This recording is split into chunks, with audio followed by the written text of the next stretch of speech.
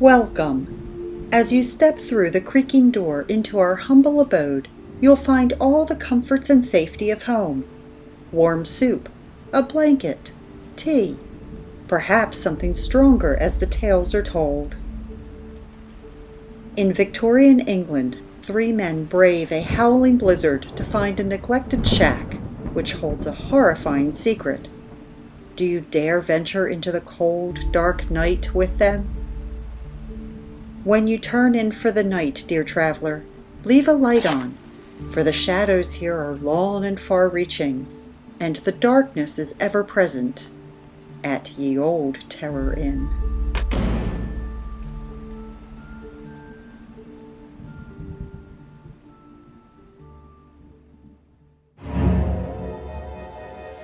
A final letter to Mrs. Lindley. It is the 14th day of April in the year of our Lord 1837. I, Percy Collington, along with 2 other gentlemen, have discovered a most ghastly sight.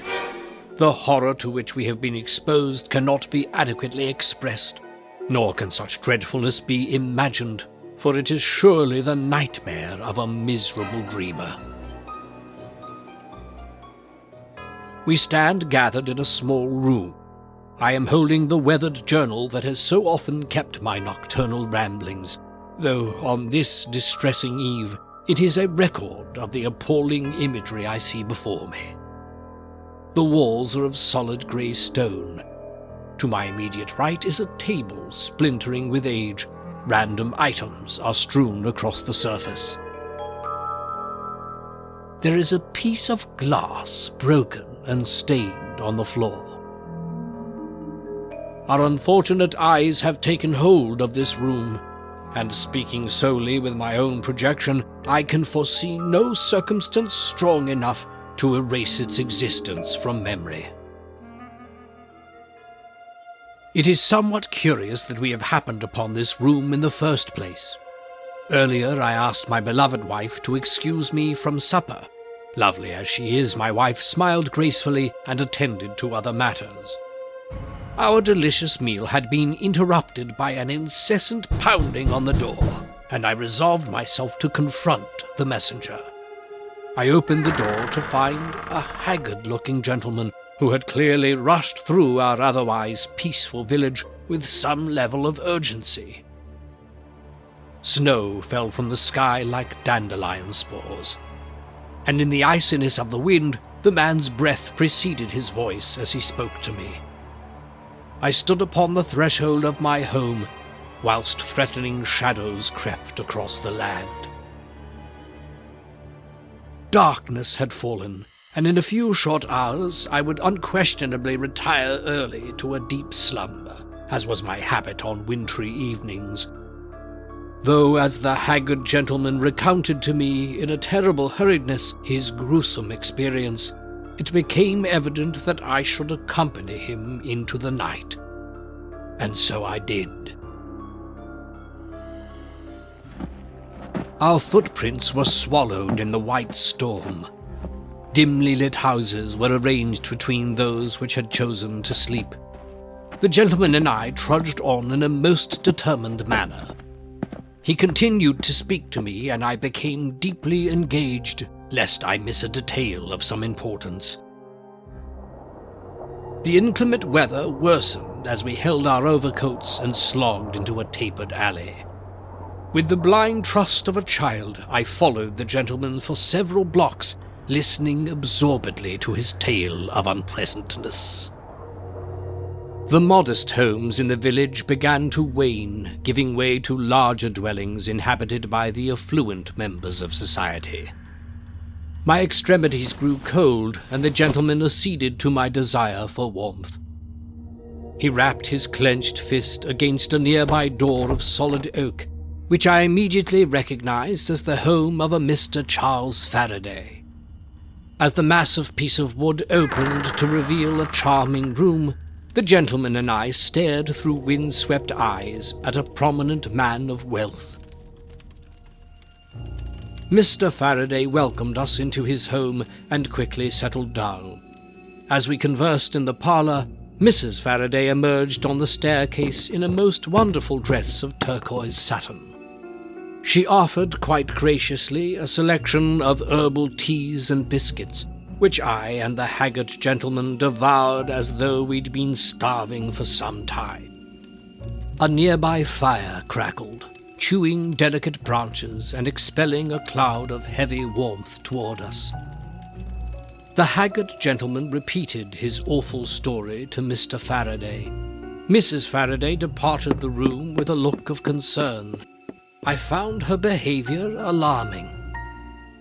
An expensive assortment of cigars appeared in Mr. Faraday's hands. He fumbled inside his coat and, after a moment or two of frustration, set the end of his tobacco ablaze in the candlelight. Smoke lay in the air, hovering above our mortal heads like an apparition. I directed my eyes between Faraday and the gentleman continually, and at once Mr. Faraday appeared to become possessed with a series of haunting thoughts. His expression quickly became one of fright.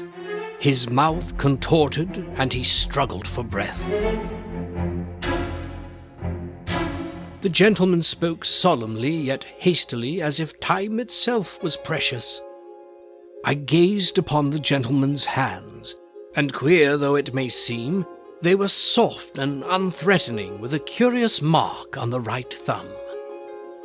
Mr. Faraday arose from his grand early colonial-style furniture and prepared to accompany us into the driving snow, much to the dismay of his wife, whose sighs in the adjoining room were rife with safety precautions, though I suspect her objections were rooted in something else entirely.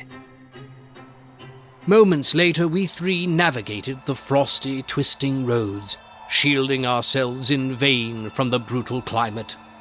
Faraday talked nervously and without end. The small paths blended together after a while, and a devilish bit of anxiety forced me to agonize over the notion of becoming lost and freezing in the moonlight. Faraday's ramblings faded as my imagination painted a still life in the colors of death. Cemeteries began to poke through the snow.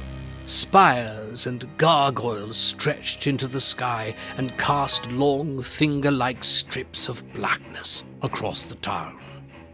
Trees, once vibrant and alive, were decrepit, their eerie limbs arched like spiders. The bark torn away and replaced with rotting wood. The sound of whispering enveloped me. A most troubling arrangement of images appeared in every direction.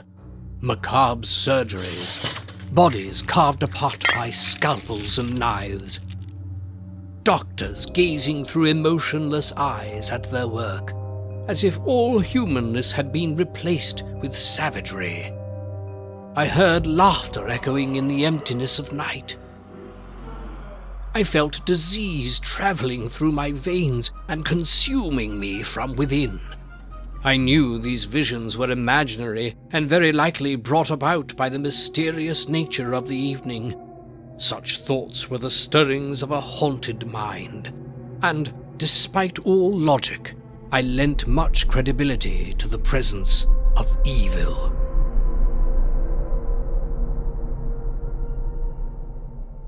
Reality slowly came back to the forefront, erasing the horrors I had unwillingly created. Faraday grumbled. I suspect his impatience had overtaken his curiosity. The snow had become increasingly violent, whipping our faces diagonally as the wind screamed like a children's choir howling in unison. In the distance was a clearing among many silver firs. The needles were like fingers pointing to the grey heavens. The haggard gentleman stopped and stared hesitantly. After what seemed like a fortnight, he pointed in the direction of a single house. It was old and forlorn, its only hint of life a muted yellow glow in 3 windows. Mr. Faraday stopped abruptly in the falling blizzard. the gentleman and I persisted until we reached the partially opened entrance, at which time the gentleman placed the flat palm of his hand against the door and pushed it forward. It responded with the creak of many centuries past. It must be said, before I continue with this account, that I am a respected man in society.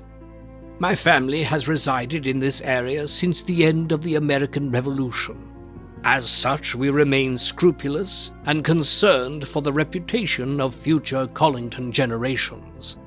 I cannot validate such stature for the haggard gentleman, but it is without reservation that I dare say he is a lucid, coherent, and credible individual. Surely he must be to some degree, for I followed him willingly to this accursed place. Mr. Faraday, you will remember, is of great financial wealth and stature, and therefore unlikely to fabricate his corroboration of this night. The details I will offer henceforth must be taken with the understanding that neither I, nor the haggard gentleman, or Mr. Faraday will benefit from the perpetuation of any untruths. We were suddenly rejoined by Mr. Faraday, who had stolen a moment to compose himself before entering the room. My stomach felt peculiar, and I suddenly remembered the elixir I kept at the side of my bed. It would do me no good. Mr. Faraday covered his mouth with the underside of his wrist. The haggard gentleman turned and scanned the room, so as to reassure himself that what he had originally seen was, in fact, realistically there.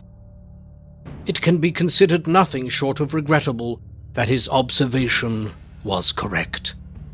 And here we have stood terrified for a quarter of an hour. Among the randomly placed items on the table is a letter signed by one Jonathan Lindley.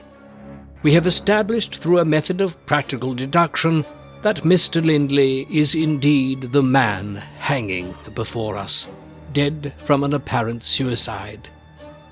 Mrs. Lindley is the ill-fated widow, and it appears that this letter was composed by her deceased husband as a means of explanation, though it can hardly be expected to repress the sorrows of her abandoned heart. I will recite the content of Mr. Lindley's letter accurately and verbatim. The words hereafter are those of the departed. My dear Elizabeth, it is with sincere regret that I must put these words to paper. I have attempted to live as a man of practicality, and such actions as those to which I am about to confess are out of character. Despite my pathetic attempts to disregard the events of last evening, I fear my human emotions have stifled any chance for logical reasoning. What I have discovered of you, I'm confident, was not intended for exposure. Nevertheless, the pure wickedness of your dealings has infiltrated the very depths of my soul. As night fell on the world, I returned from my office with the intention of kissing you by the fireplace. You could not have foreseen my sudden arrival, and such was my plan, as I expected to find you sitting quietly in the parlour with your knitting. I rushed to the outside of our humble bedroom window with desire, where I thought to steal a moment of juvenile voyeurism before entering, and though I did indeed observe you in the bedroom, I did not observe you alone. Mr. Lander, who doubles as the local doctor and the conquest of many young women, was fully absorbed in your loving embrace. At once, I felt like something of great value had been pilfered. It was an explicit act with which I, as your faithful husband of 12 years, had been deeply familiar. Yet, as I perceived you in the throes of passion with Mr. Lander, I could not help but question how many lovers had satisfied you in my stead over the course of our union. I cannot place all of the blame for this sordid affair on your delicate shoulders, for I am content with the idea that a successful marriage is comprised of two willing participants, and my preoccupation with other duties has surely taken me away on occasion. However, I can and have placed a partial blame upon you. Shortly after my horrid discovery, I wandered the streets with a heart consumed by grief. I realized as I spent those very moments in a state of melancholy, you were experiencing physical pleasure in the grips of another man, who clearly possessed something I did not. That is, perchance, the greatest ache one can endure. Soon I came upon a pub in which I attempted to drown my sadness. I shall not pretend to misunderstand the full deterioration of my mentality, for even then I could feel it dwindling. Still, it must be stated that I remained sober for quite some time, that is, until more than an hour had lapsed. My fellow drinking companions drifted away one by one, leaving me victim to the internal demons I tried so desperately to subdue. The pub owner kindly yet sternly asked me to depart. I did so without incident. Any coldness I may have felt earlier had surely doubled as I walked into the unforgiving night, an embittered and deserted man. Allow me to tell you, my love, that I am not a believer in fate. It is therefore with no other explanation that I credit pure irony for placing me directly in the path of Mr. Lander as I rounded Colton Street. His face became aglow under the oil lamps. I could very distinctly identify a look of distress as he noticed me. It was no surprise, from his disheveled appearance, that he had recently left you ravished and naked in our bed, though he was outwardly unaware of my perceptiveness. In my inebriated condition, I was devoid of inhibition, and immediately attacked Mr. Lander with the remnants of a broken metal pipe lying nearby. The first blow struck him just above the right temple, and he fell to the ground, raising one hand in defense and using the other to balance himself on the frozen road. I brought the jagged pipe back and again swung it in his direction. The impact sent countless teeth into the feathery blanket. The contrast of his red blood against the purity of the driven snow was oddly beautiful. After delivering the pipe against his body with increasing fervor, I feared his screaming would alert the authorities. To remedy this, I tore a section of cloth from his coat and filled it with a small block of ice. I then forced his mouth open and jammed the block into his throat, guaranteeing a certain level of silence as I dragged his battered body to a neglected shack in a clearing of silver firs. It was a place I had known about for some time. With a newfound shelter from the awful weather, I spent the remainder of the evening torturing Mr. Lander in a variety of ways until he expired. I performed a meticulous division of his body with a portion of sharp glass until he lay broken in pieces. How ironic that we are now so similar. I realize that this will cause immeasurable damage to you, my love, but it can in no way compare to the heartbreak I've experienced. I am also aware that atrocities such as those I've committed cannot be expected to go unpunished. However, it was with expediency that I decided to relieve our justice system of one more trial.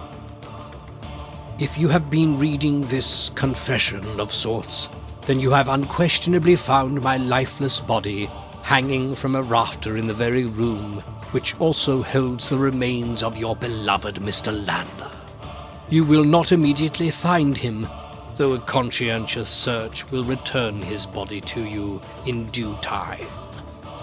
Please understand that no words I have ever spoken will eliminate the lasting effects of this evening, just as no explanation you could have offered would remove the images of your infidelity from my fragile spirit. If there is a God above us, then I will come to him on the day of judgment and atone for this mortal sin. I can only hope that when you appear on the threshold of death, you will find a justification great enough to deliver you from the eternal fires of hell. Your loving and ever faithful husband, Jonathan. Ye Old Terror Inn is owned and produced by Carol M. Ford Productions. All rights reserved. No portion of this podcast may be used without written permission. A Final Letter to Mrs. Lindley was written by author Gary Sweeney and is copyrighted to the author. Gary Sweeney has written everything from short stories to a recently released memoir. He loves history, suspense, horror, old Hollywood, and would prefer if it were fall all year round. Gary pulls his inspiration from the horror classics. He states, "I've always loved the slow burn of Edgar Allan Poe's works and the subtle fright hidden in his descriptions. I wanted to evoke a feeling of dread without splashing each paragraph with gore. Though some of that certainly creeps in, the anxiety of the buildup is where the real terror lives." A Final Letter to Mrs. Lindley was narrated by Jeff Reim. For archived episodes of this podcast, visit yeoldterrorinn.com. You can also subscribe to this podcast on Apple Podcasts, Google Podcasts, Spotify, Stitcher, TuneIn Radio, our hosting site Spreaker, and everywhere podcasts are found. Authors, do you have a story you'd like to submit for consideration for production? Podcasters, do you want to participate in an episode or promote your show on our podcast? Visit our website, yeoldterrorinn.com, for more information.